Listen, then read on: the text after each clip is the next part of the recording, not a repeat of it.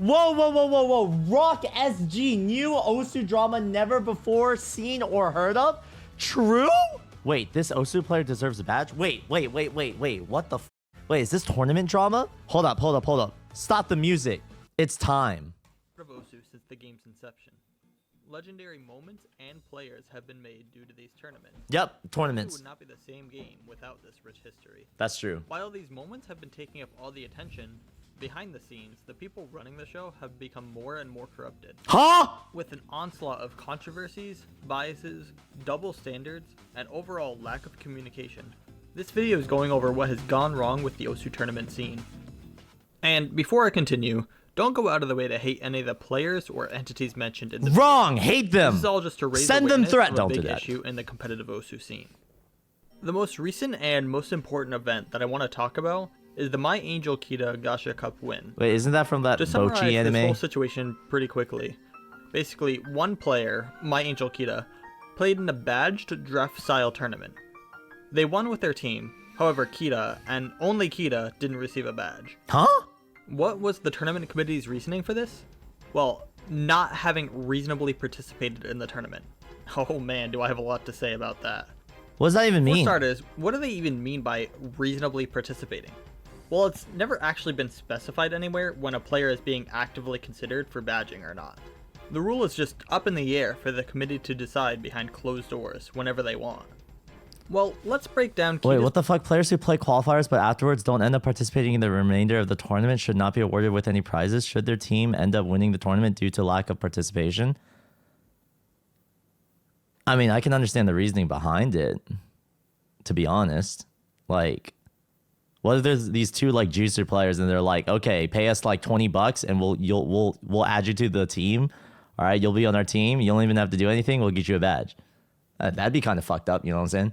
performance to see if we can figure it out there. Anyways, let's keep And watching. to start this off, I just want to say they played at least one map in the tournament. That by Captains are usually middle of the pack, right? So in theory, you should have a place in most rounds in terms of skill. Even if not, there was a draft tournament I captained where I was objectively qual results, almost the worst player in the tournament, and I still managed to find 2 to 3 maps to play in match every round. One guy in the discussion about Kita. by itself, whether in match or in qualifiers, should be enough participation for a badge. Saying this will probably piss off the tournament elitist players that think badges should be earned by the amount of points you score for your team, which I think is completely false and not good for the future of the game.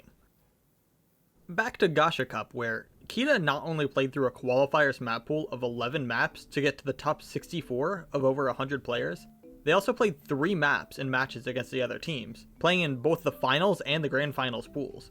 That's where the committee deemed this to be worthy of unbadging, since Kita only played 3 out of the 40 total maps in the matches. Now, this doesn't account for many things I'll go over later, but that's the general sentiment from the higher-ups. Now, Chat, I'm pretty sure I played less maps in OWC.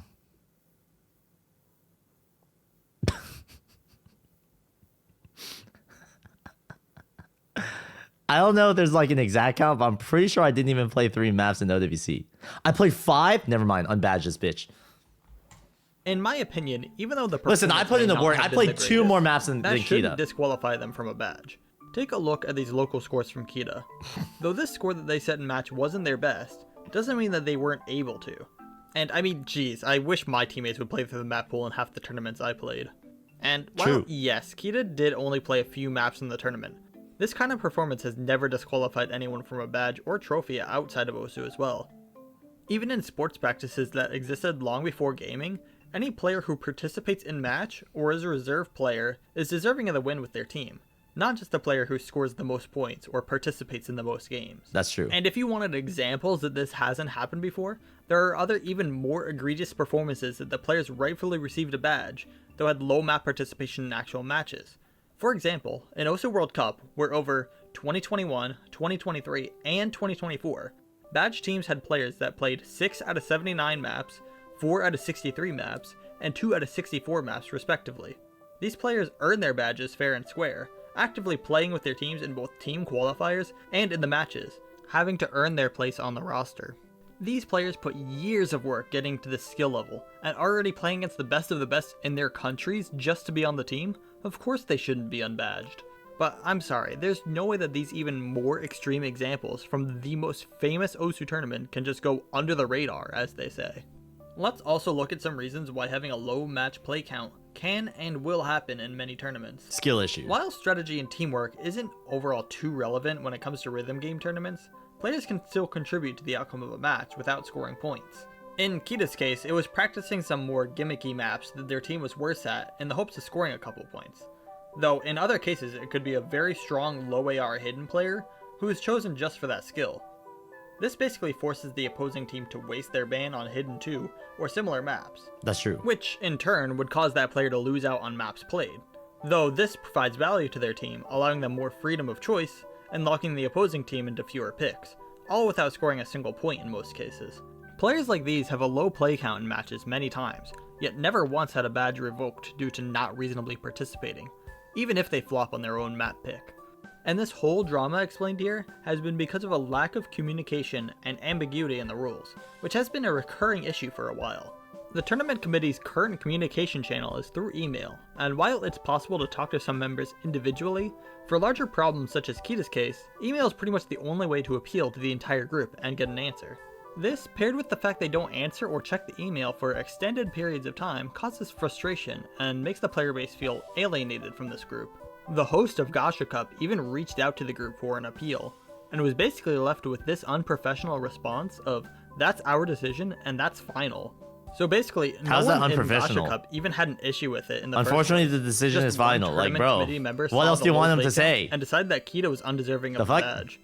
Without any way to appeal or follow up in this situation, Kita's teammate had to take to Twitter to even get a voice out about this. And if this didn't gain any traction, most likely no one would even know about this problem. Which leads into my next point, that this isn't the only time that there's been a problem. There are plenty of other examples of controversies that have been building in the community for a while, many of which can be found on this document, which I'll link in the description below. I don't want to cover all of them in this video, as I think it would take too long, but if you're interested in this situation, I recommend you give it a look. These have been happening for years now, and it's growing more and more prevalent in the community. Dante, I want it to be this way, so it's going to be this way is unprofessional. I agree. But they didn't say that. They said, unfortunately, the decision is final. You don't know the context of what discussion there was on the back end. You don't know like what evidence or whatever things that they did internally. What was unprofessional about their message? There was nothing unprofessional about it. That was you asked for a response. They gave you a response. That's it. With there being a disconnect in the general player base, tournament elitist players, and the tournament committee, this dilemma... Like this is literally like Twitter shit. All they said was, unfortunately, the decision is final. They did not say, I want it to be this way, so it's gonna be this way. What the fuck? How the fuck did you get this interpretation from, unfortunately, the decision is final? Has become all too common, and it needs to be fixed for the health of the game as a whole. This lack of badging and inability to communicate with the higher-ups, I believe has contributed to the overall tournament participation in the recent years. I mean, why would players want to dedicate multiple weekends playing the exact same maps against the same people just to have their badge stripped away at the last second without any chance of recovering it? What many people don't recognize is that in recent times, it takes multiple years to garner the skills needed to even participate in badge tournaments. Sometimes even having to dedicate everything to one or two niche skill sets just to be a desirable player. Add this to the fact that the average lifespan of a player in their prime is only a couple years. It makes the ability to get badges in the first place very limited. That's also false. I've been in my prime for the last 10 years, so like, I think that's a mindset issue. While some people may say that badges should be reserved for the best in the community, what they don't realize is that basically anyone who's even in the running to get a badge is already one of the best players in that current era. I hope Kita does get the badge, even if many people don't believe so. Just for the principle that winning in a tournament gets a player something memorable and something that they can be proud of. Badges should be a reason that players want to join tournaments rather than a deterrent. Players not knowing whether or not they'll be getting a badge or if the tournament will be stripped of a badge last second makes being very competitive a risk rather than a reward. Overall, the community would benefit from fixing these vague rules put in place. and when they are necessary to enforce, the ability to appeal and communicate with the team should be easier and more professional. Granted, the tournament committee is a volunteer team. They said they are working on being more available to fix situations like these, and I hope these statements are true, since this is the main reason all these altercations have happened. With all that being said, I hope the community believes in justice for Kita getting a badge. And as always, see you next time. All right, very interesting.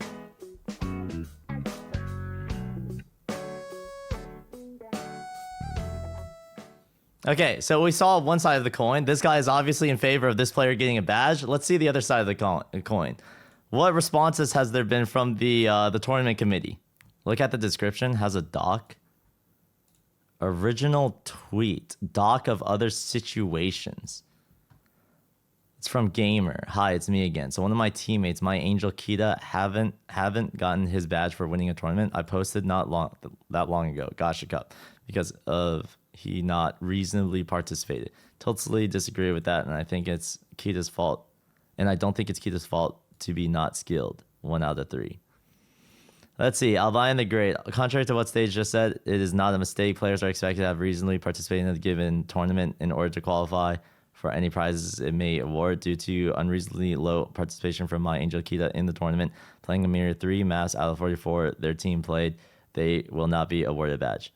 What if my angel Kita was still an active player in the team? He participated in every match, even if he wasn't playing any maps. He was in lobby or in team voice chat every time in case they needed a replacement. He's not lucky with the maps, and he was just not lucky with the maps, and everyone in the team, their team was performing just slightly better. But he never skipped his match, and his team is not against the statement.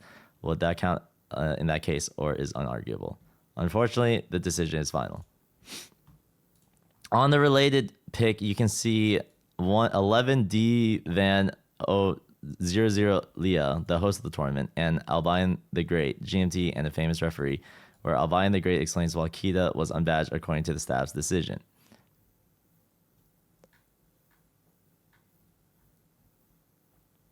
So we should take away BTMC's badges for OWC and skinning contest now. As far as I see, it's justified. Listen, I've said from the very beginning, I didn't do shit in OWC. And I said from the very beginning, I paid for the skin. All right? That's it. If it gets nuked, listen, man. All I know is that I had a blast with the OWC team as the resident cheerleader. And I got a killer ass skin that I got 150,000 downloads. Easy clap. All right, let's see. Highlighting the issues with the tournament committee. Introduction. This tournament aims to address the increasingly concerning issue within the OSU tournament scene regarding the tournament committee, shortened as TCOM. OSU staff involvement and the disconnect between players and these two entities. These issues can include a lack of transparency in decision-making, insufficient communication, inconsistent and unfair treatment of players, and the need for both greater accountability and reform. We recognize the challenging role that the tournament committee plays and the dedication of its members, but the current state of affairs is not conducive to a healthy, thriving competitive scene. The concerns outlined in this document are not intended to be personal grudges or attempts at drama, but rather a genuine attempt to bridge the gap between players and the tournament committee. Before elaborating on these issues, it is important to note that we already attempted to establish an official line of connection with the tournament committee to address these matters privately. Our concerns, however, were dismissed, and attempts of engagement were met with silence. This unresponsiveness has left us with no choice but to bring these issues to light in a public forum. The purpose of this document is not to create drama or encourage the harassment of any individuals. Rather, we hope to create a constructive dialogue that leads to meaningful improvements in transparency, communication, fairness, and accountability. By working together, we believe that a more robust, equitable, and approachable tournament scene is achievable.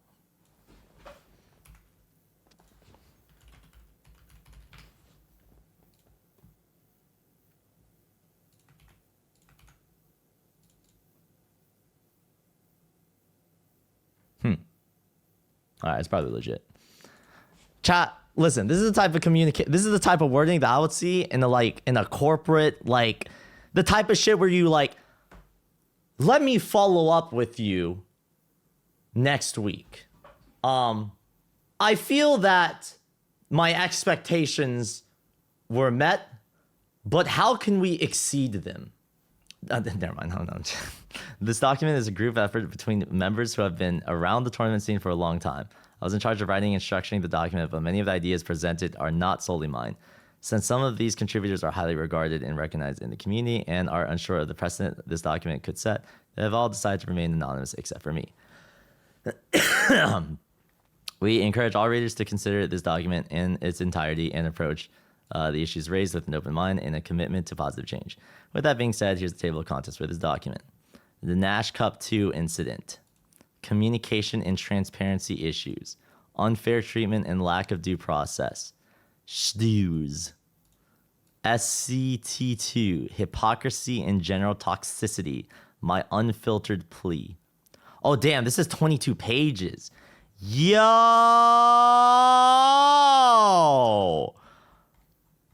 right, chat. Are you guys actually interested in this enough for me to read through this? No? All right. Goodbye. Chat, what else is there? Listen, chat, I believe I do not have enough information to make an accurate assessment on whether or not this player should or should not have gotten a badge. With that being said, my own general sentiment on the idea of things not working in your favor is not to complain publicly, but instead be the change you want to see in the world. Well, you can also complain publicly. That's also cool, all right? Sometimes it's nice to just put your voice out there, all right? But it's public Discord, you know what I'm saying? Like, it is what it is. I am more on the side of, fuck it. Let's try to actually be the change we want to see. If the tournament committee is being a bitch, fuck the tournament committee. Make your own tournament committee, all right? Make your own alternative badge system, all right? You don't need the OSU support system for their badge. In fact, I guarantee if you were to make a better system with more non-corrupted individuals that is more respected among player, I guarantee that Pepe will listen to you and try to adopt it, right? Because at the end of the day, he's the main guy you gotta convince. So like, that's just me personally, all right? That's the mindset that I go with. If the same rules applied to BTMC's OWC badge, would be retracked. No, I don't give a shit if my OWC badge is taken away because I don't believe that my performance was good enough to deserve it. I've said this multiple times before, right? I do not deserve that fucking badge. I didn't do shit, okay? I did not do shit. I am a competitive player and I failed to contribute to my fucking team, right? I will return to the World Cup, but when that does happen, I want to make sure that I actually do something, dude, because every single time, it was clear, right? I was on that team because I was the stream player, right? But no matter what happened, if the stream pick was banned, okay, I'm basically done because the team already had the core 4 and they took care of everything, dude. Fuck me, dude. Fuck me, dude. If I want to be on the World Cup team, I can't just be top 8, dude. I need to be top 4. The way you helped in USC is pretty significant, so there's that. I don't know. It's up for debate, man. At the end of the day, I don't play for these well, the badges are nice, right? But I play for myself. So I don't give a shit. However, I do like the idea of using my influence to compel community members to, I guess, not only bitch about problems that they see in the community, but recognize that this is a game built by the community for the community. If you genuinely have a problem, be the change. Genuinely, be the change you want to see in this game, because that is the one thing that makes this game unique. If you genuinely want to fix something, you can do so. Build something better. It will get recognized. It will be adopted, and you have an actual influence on the community. That's dope, dude. That's just fucking dope. What is this? Regarding Tournament Committee by Shiv. Oh, this is only 6 pages. Is there a TLDR somewhere? What the fuck is this? This document was supported by multiple tournament staff, players, and members of the tournament community as follows. That's dope. Sorry, chat. I'm too TikTok brained. Let me just get through this to see if this is interesting. A badge strike Wait, never mind. This is interesting. Multiple unjust and poor decisions with little to no transparency have left tournament players, hosts, and staff roles constantly frustrated. As the scene continues to diminish from its prime, multiple members of the tournament community have unified in order to ensure a proper response and action from those present in the tournament community. The tournament community has proposed a badge strike in which multiple current and future community tournaments will revoke badge attempts. The goal of this document and strike is to ensure future tournament community decisions are acted upon good faith in the favor of what benefits the tournament community the most. Decisions and rules with regards to tournaments being unbadged and support requirements are properly communicated and transparent between tournament community and staff. Ensure that certain inactive and irresponsible members of the tournament committee either publicly apologize or resign from their position, and to replace those with members that can proudly represent the tournament player base and community with trust. Lastly, as this is a public document, all information disclosed will be visible in public Discord servers. So this is to ensure that members of the committee are still subject to their own privacy and to discourage witch hunting certain members. Debrief. The tournament committee is a group of tournament staff and individuals who are especially active during the 2019 to 2021 period. Due to their strong influence over tournaments in that era, they created a user group to help govern badge eligibility for tournaments. Thus, the tournament committee is not to be confused or directly associated with the majority of tournament staff. Recently, they have made multiple controversial decisions, which include extremely little transparency and consistency with regards to badge rules for both overall tournaments and player-specific. Tri badge being removed from multiple high-level tournaments due to quote-unquote low quality. Players being singled out for badges for poor performance, whilst having extremely little communication between the overall community and the community.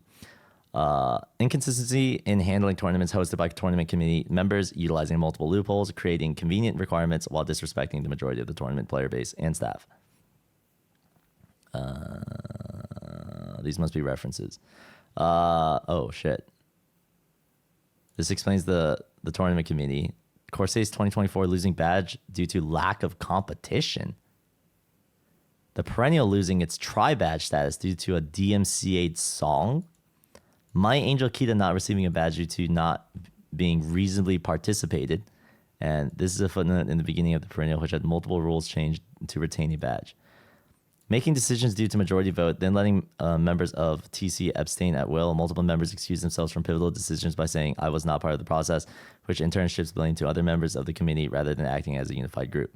Following tournaments have given their support for the badge strike. Shiv's Crash Out Cup, CRX Rhythm Arena, Cookie Rhyme Tour of Awesomeness, Sweden Cup, RNG's Nomad Roundup, RAR, One Trick Suda Americano, Fulminar Redux, OCUK Epic 44, was Kazakhstan's Community Cup, and Symphona Open.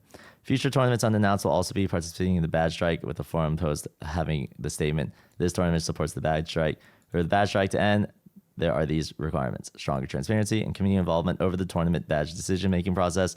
Badge eligibility should also be more defined and regulated so that players and hosts are left shocked and disappointed with the results, similar to how both Corsair's 2024 and the Perennial 2024 received only a singular badge due to mismanagement.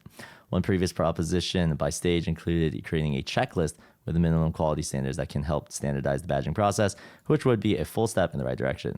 Another method to help transparency includes creating a visible platform that shows how many tournament committee members voted for/against badging and why, akin to the veto system. This ensures that we avoid situations with multiple abstains from staff members.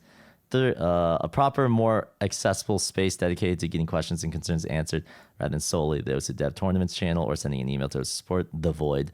This can be solved by moderated bi-weekly or monthly tournament town halls, which can help unify the tournament community in having a stronger direct line of access with tournament staff. Ensure tournaments unbadged for poor map pool quality have proper documentation and high-level map poolers to determine the purpose of the tournament and if the map pools correspond. This is to avoid situations such as AGDT2 versus Abbey Troll Tournament, in which both the map pools and had the same gimmick. AGDT2 went unbadged. More public appearances from tournament committee members, especially some that will guarantee inactive members to still hold a public presence. Members of the TC who are not actively involved in staffing tournaments should commit to particular projects or demonstrate efforts to improve the process. A public acknowledgement of wrongdoings by specific tournament committee members in the past, alongside a full statement of the official tournament committee group recognizing fault and showing willingness to improve. If these changes are met, there's one final demand: holding another tournament committee application. As multiple proven members of the tournament committee have stated, they are willing to apply. There's a commitment for change. Thank you to everyone who read this document. Feel free to message Shiv or Rojo on the Discord if you want to help support, have any personal input, or have future tournaments you would like to align with the badge strike. That's dope. That's fucking dope, dude. I think that's dope. I think this is less bitching and more I'm just going to I'm going to put the ball in my own court and make my own decisions, and that gives you leverage. That's fucking dope, dude.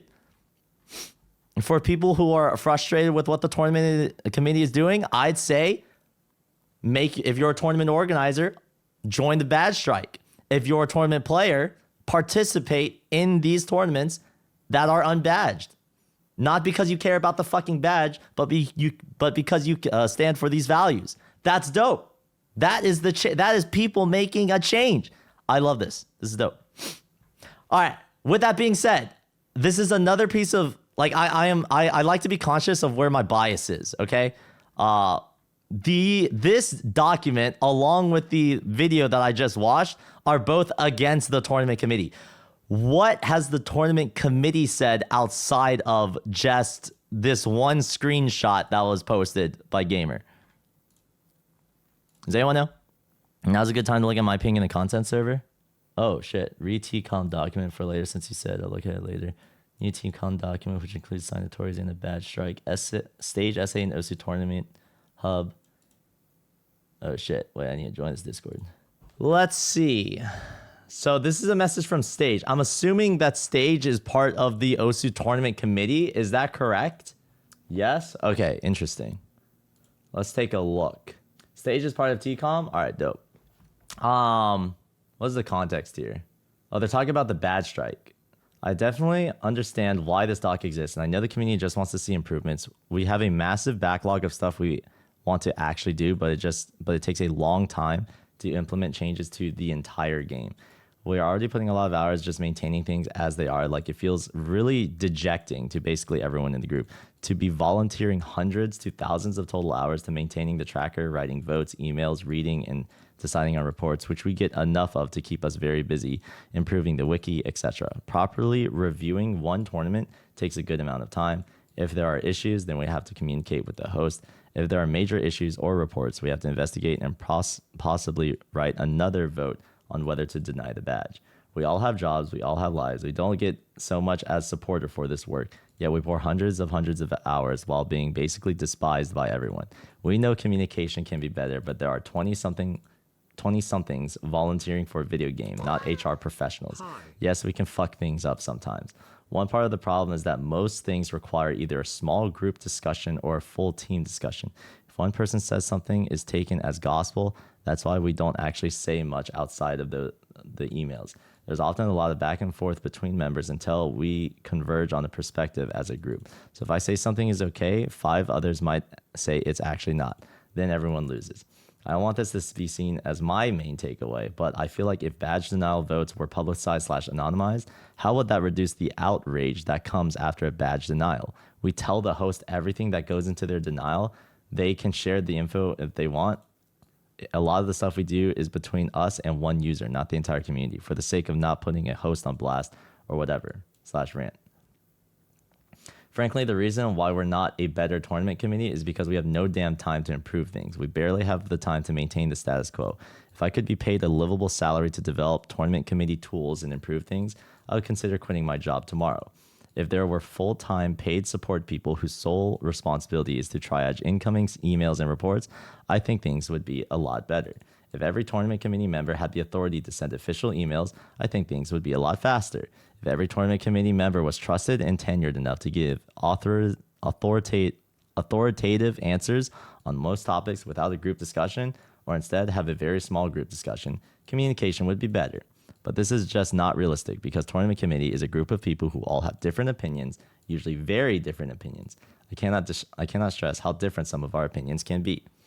But this is not how OSU is. OSU is too grassroots to have full tournament support team that is paid. So I hear you, but asking members to practically hang their heads in shame in the town square while figurative stones get thrown at them, all because they are still learning how to live life, is not the right thing to do. I think the jadedness from some members can be improved for sure, and I think it's definitely messed up what some members have done in the past. Like, remember, we are human. We get frustrated. We make mistakes. We post things we shouldn't online. Sometimes we're assholes, and and as a result, we usually get called out for it and we improve.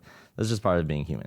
So I'd appreciate if we cut some slack. Again, I hear you loudly and clearly. Believe me. At the same time, I'm tired. We are doing what we can with the resources, tools, and lack of pay that is given to us. I'm honestly amazed that anyone on the tournament committee can even host a tournament on top of everything else. I'm sure as hell it can't. Whew. That's interesting. I'm not exactly surprised I heard this side of the discussion, specifically on the topic of like the volunteers and like and the amount of hours and like the endless discussion and things like that. It's part of the reason why I think that the best way to move forward is just to do it yourself, because then you will get to experience what it's like to work those hundreds of hours on a system to get flamed to oblivion, trying to convince the community to adopt your system. And when you have that sort of context, you'll realize that every decision is not exactly black and white. Things do inevitably move slowly, right? I mean, even just for this channel, there are videos that get uploaded like weeks after they are recorded. Sometimes even many times even months. Sometimes people are asking, why the fuck did this take that long? The reality is there's a lot of things happening in the background. I doubt most people will ever understand that unless they do it themselves. Which is why, listen, I don't know about that much stuff going on the tournament committee, all right? However, I do know what went down with like the round table. I do know what went down hosting my own events, and it's a lot of shit. All right? I tried to pay everyone, quote unquote, fairly for the round table. And guess what? Now I'm selling my soul playing Osu to fund future events. Fuck, dude. It sucks. So like, yeah. This is why I want to see less bitching and more action. Because if we get more people who have the experience of going through the gutter, then I feel like we'll be able to come to more of the same page. Because I think, this is my own opinion, I think people don't realize just how fucking entitled and privileged that the community is. That they have so many passionate people that are volunteering and sometimes even expending their own time and money just to do what they think is cool shit for the game. That's it. I doubt people realize just how much goodwill the OSU community benefits from. So that's why I would rather not go on the side of bitching at people. Instead, I would go on the route of how would I solve this problem myself? And this may be a stretch, but this doesn't just stop at OSU. This is esports in general, dude. Esports is struggling to make any money whatsoever. All right? Their tournament referees, tournament hosts, esports organizations who have employees who are massively underpaid. And there is some argument to say that how the fuck can the orgs, how the fuck can the teams, how the fuck can the staff make money if no one's buying shit? Who's paying for tournaments to happen? All right. Will OSU players be okay with paying a fee to join a tournament? Will that fee even be able to cover the prize pool plus paying staff plus all the other shit necessary to satisfy the complaints of in that document? I don't even know. So yeah, it's tough. It's tough, dude. It's just tough. Stan R and Soon Yoko have both said more time doing PP dev than their full-time jobs, and people still bitch about PP and they don't get paid. Yeah, it's fucked up, dude. All right? Which is why you should be the change you want to see in the world. All right? I've done my fair share of bitching, right? However, that's because people ask for my opinion. And I don't know about you guys, but I feel like I'm an expert when it comes to my opinion, right? But that's also why I am obsessed, okay? Obsessed on trying to solve the problems to build the system that I would want to engage in. The vision Okay? The fucking vision. Because I don't give a shit if people like it. As long as I like it, that's what matters. All right? And if I can get people who also see and understand the vision, maybe I'll turn it into something cool. Who knows? And you should take a look at the doc James sent. It puts things into better context for the tournament committee side. All right, bet. Repost. Bit of a perspective on how many badge requests get sent their way. Not to mention the number of tournament reports and investigations that are going on. Tournament approval status. Yo! Hey. Thanks for approving the badge, dude. I didn't actually think it was going to happen, to be honest, all right? But listen, that was dope. Hey, that was dope. Hey, shout out to the tournament committee, all right? Listen, I'm pretty sure the roundtable should never have been approved for the badge, dude. That shit was so fucking scuffed. We were all trying to scramble and figure things out. Hey, but the event was cool, and that's what matters. All right, the event was fun. Damn right. Wait, there was one last thing about the tournament committee that I still haven't looked at. Tournament committee feedback thread with replies from Walla.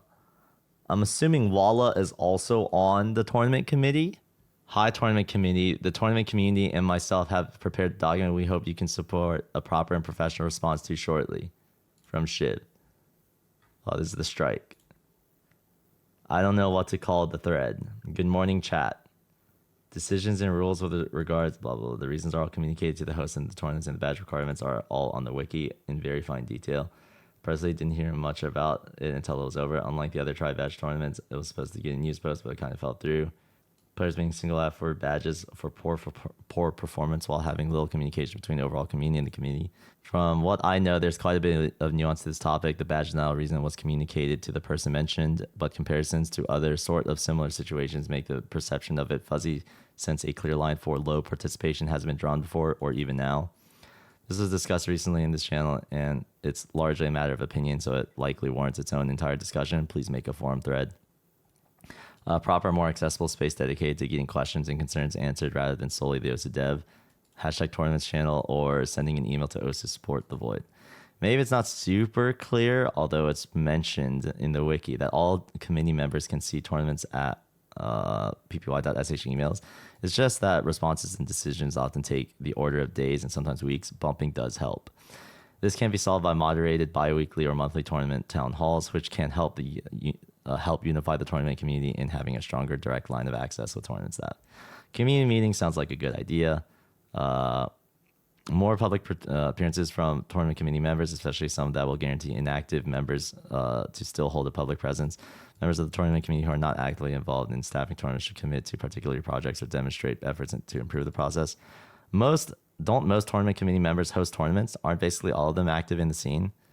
A public acknowledgement of wrongdoings by specific tournament committee members in the past, alongside a full statement from the official tournament committee group, recognizing fault and showing willingness to improve.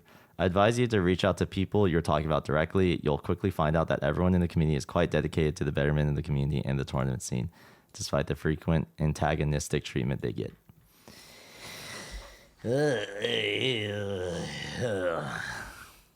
Yeah, man. I think if you just replace the tournament committee with just the person that had the problem / issue, a lot of this would be solved. But that still doesn't change the fact that I don't know how to exactly communicate this effectively.